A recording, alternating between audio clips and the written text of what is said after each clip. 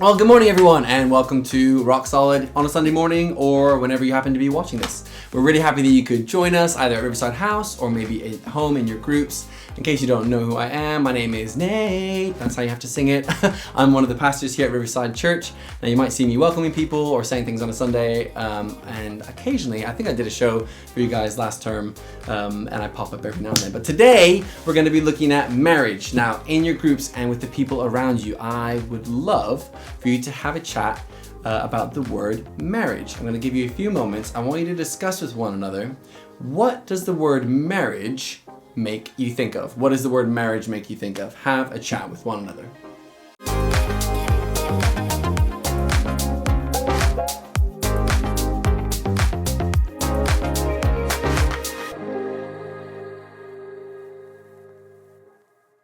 Sweet. Well, I hope that you had some really interesting discussion just then.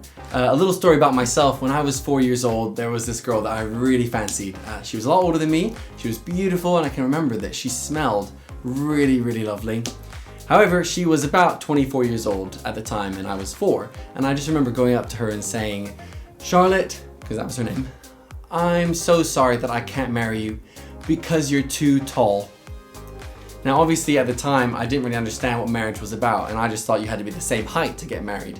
But actually in our session today, hopefully we're going to unpack a little bit more about what marriage is really about, why people get married, and how marriage is actually a wonderful gift from God.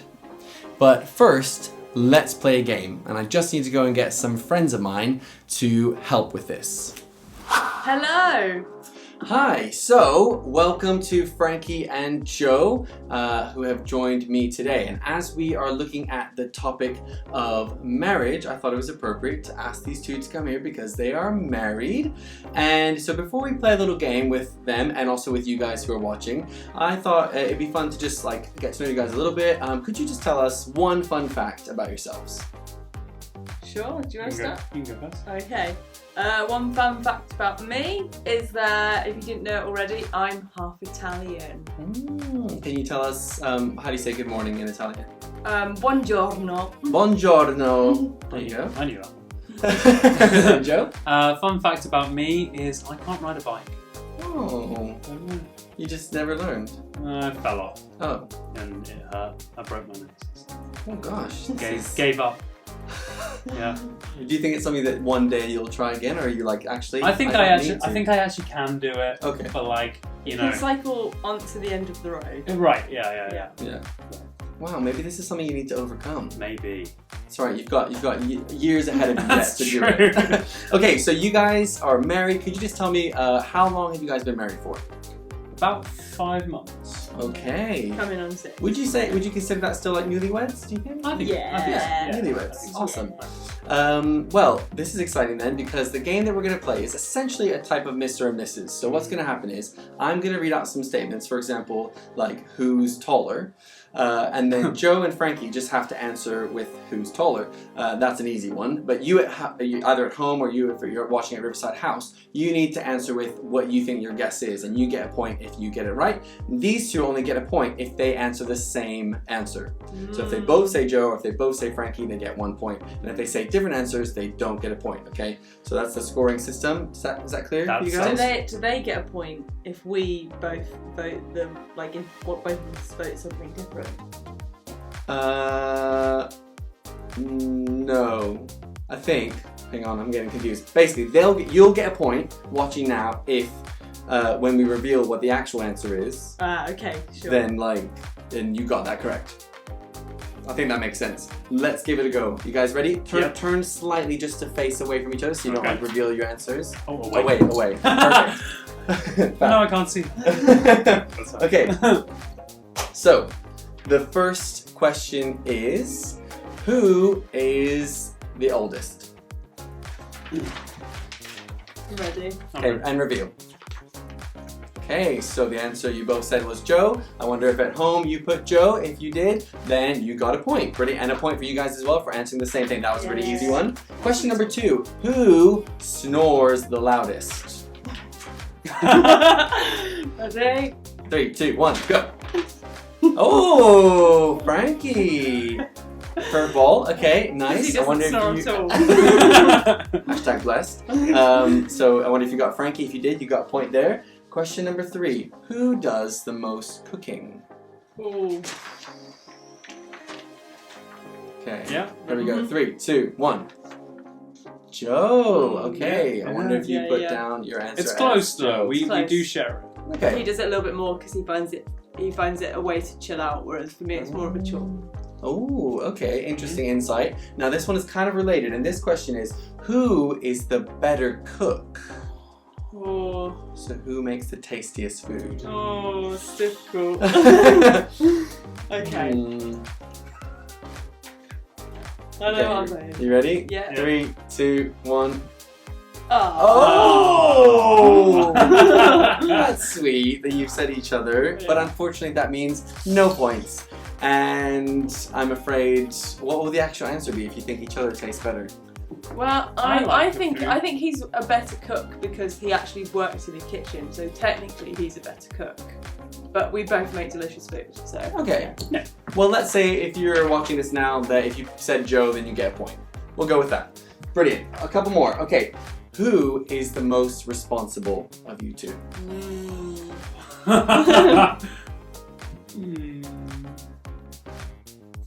Okay, I'm ready. Okay. 3, 2, 1. Reveal. Yeah. Ah, okay. Frankie is the more responsible one. I wonder if that's what you put down. Nice. Okay, this one is a wild one. Are you ready for it? Who does the stinkiest farts? Oh. Okay, I'm ready. Ready? Okay, 3, 2, 1. Reveal. Frankie. This is definitely Okay. me. Sometimes. Brilliant. Well, points for those who put Frankie. Okay, a couple more. This one is, who does the bins? Who does that chore?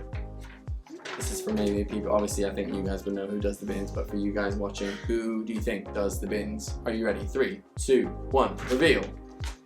Joe. Okay. I do it as well, but I say he does it more. Yeah. It's a bit of a bit of a gross job. That. It It is is a gross. gross job. We do have different jobs. Yeah. Nice. That's helpful. That's helpful. Okay, and this is the penultimate one. Who is the first to apologize? That's hard. Yeah. I don't know about that. Ooh. Okay. Okay. Hazard a guess, and you as well if you're watching. Hazard a guess. Here we go. 3, 2, 1. Reveal. Okay. Oh, you think so? I think we're both quite good at it. But yeah. Yeah. Nice. Okay. Well, points if you put down Frankie. This is the last question. This is my favorite one. Who fancied who first? Nah. Oh, sorry. Shouldn't have laughed. Okay, so whether if Joe fancied Frankie before Frankie fancied Joe, then they'll put Joe and vice versa, and you can guess as well. Here we go. Reveal on 3, 2, 1. Yeah. Joe was the first to fancy. That was an And easy how one. how long was the gap before Frankie fancied you as well? You can say. Well, I don't know because it maybe like a 2 years or something. 2 years? Wow. Yeah. Okay. I mean, it's and But it's I a happy ending. always thought he'd be a wonderful boyfriend. But we No. lived in the context is we lived in different countries, so it was very difficult. Got it. But we met. Yeah. So you thought he'd be a wonderful boyfriend. Is he a wonderful husband? He is a wonderful husband. Oh. Lovely. That is brilliant. Well done everyone for participating in that game. I wonder how many points you got. These guys, I think you got all bar 1, didn't you? You got the same Yeah, I answers, think so. everything except 1. So Yeah. that's pretty good. Well done. 5 months Yeah. married. You're pretty in sync. Top marks for that. What we would love to encourage you guys as well is either if you're in the room or if you are maybe watching at home or in your group somewhere else, these questions, you don't just have to ask your boyfriend or girlfriend or even later on with your spouse. You can also ask some of these questions to anyone in your household if you want to get to know them a little bit better. You can kind of check to see who enjoys cooking the most or whatever, and just maybe see who else in your household you can grow closer to and get to know more about. Now, the last question that I'd like to ask you two, if you're willing to share, is what does marriage mean to you? Who wants to go first? I can go first. Yeah. Yeah, I think the most significant thing about marriage is the promises that you've made to one another in front of the people closest to you and before God as well. I think there's something super binding about that. There's something that feels solid and permanent, something that you can build upon. So there's a depth to that relationship that you don't have with anyone else, and it means you can be open with each other in a way that you can't be with other people, which is really beautiful. And also the level of sharing as well. Cool. Frankie? Yeah, I agree with the sharing thing. It's almost like it's one of the only times, except for I suppose when you have kids, where it's just like everything that is mine is yours as well.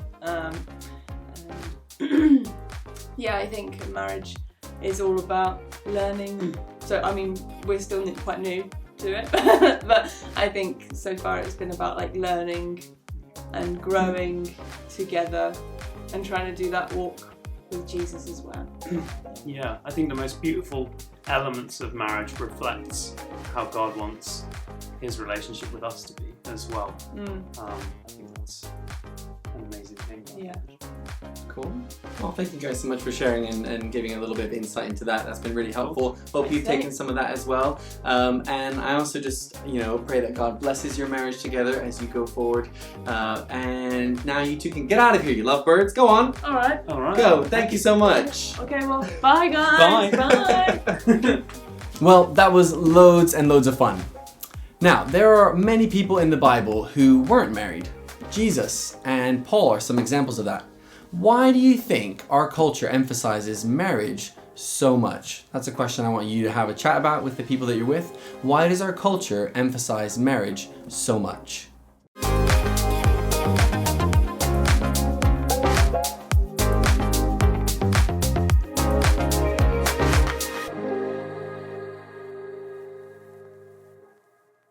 Brilliant. Well, welcome back. I'm going to be reading a little bit from the Bible now, and this is from 1 Corinthians 7, 8-17. It says this: "Now to the unmarried and the widows I say, it is good for them to stay unmarried as I do.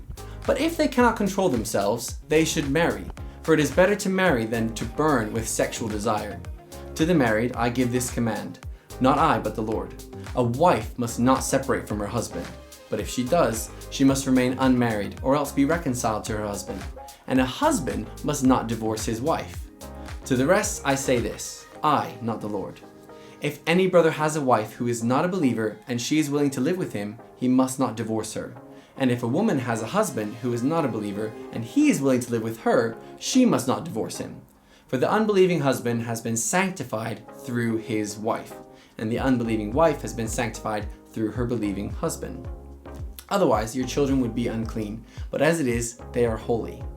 But if the unbeliever leaves, let it be so.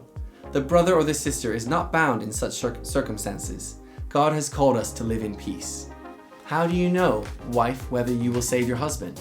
Or how do you know, husband, whether you will save your wife? Nevertheless, each person should live as a believer in whatever situation the Lord has assigned to them, just as God has called them. This is the rule I lay down in all the churches." Wow, now that seemed like a little bit of a complicated passage, but this passage talks about how important marriage is between a wife and a husband, and it looks at shared faith as well within marriage. Question for you all then: do you think it is important to have the same faith as the person that you marry? Have a moment now to discuss that.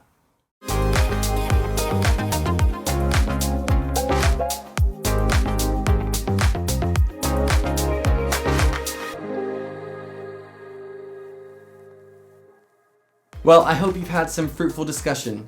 Paul here in the passage is giving some helpful guidelines for marriage and family. Basically, if you're married to someone and they lose their faith, don't divorce them, even if it is painful. Marriage is a commitment for life.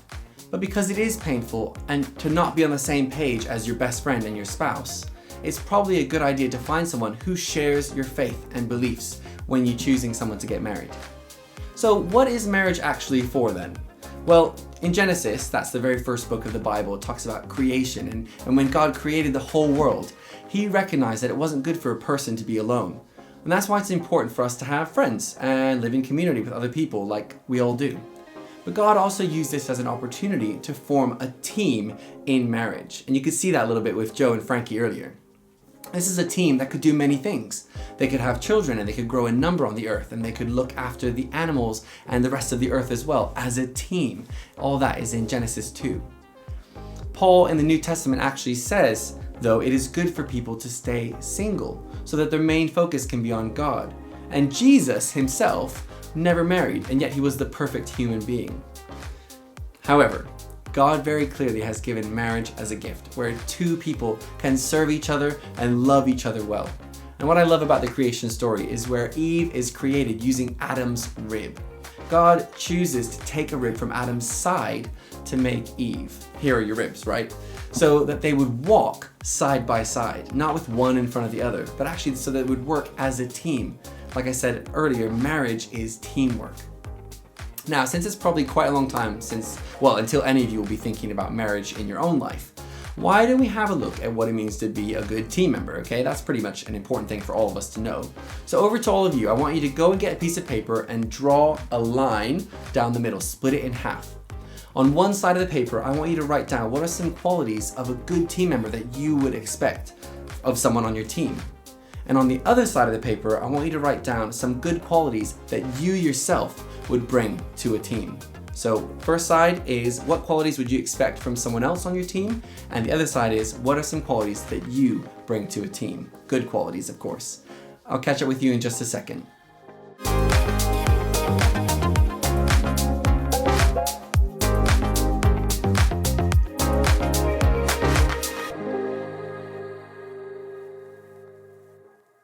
Well, welcome back. I imagine that some of you might have said qualities like this: a good listener, someone who works hard, someone who includes others, who plays to their strengths, someone who is willing to share, or someone who puts other people first, things like that. And these are all actually genuinely really good qualities. What I want you to think about now is which one of these qualities that maybe someone mentioned around the room about being a good team member is one that you personally would like to work on. Have a think now just for 10 seconds and choose one of those that you'd like to get better at.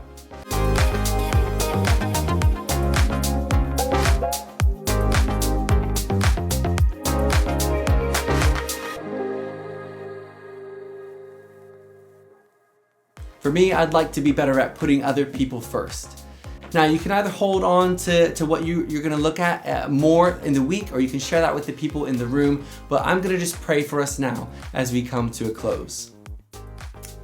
God, thank you so much for marriage and for how you created husband and wife to be side by side as a team. I pray that you would help us learn how to be good team members ourselves and give us the opportunities to practice these good qualities even today or this week. Amen. Well, thank you so much, everyone. You might have more you want to discuss, but I hope that you have enjoyed our time together and you still have lots to think about when it comes to this topic of marriage. Have a really wonderful week and go and be a good team member. I know you can do it. Bye, guys.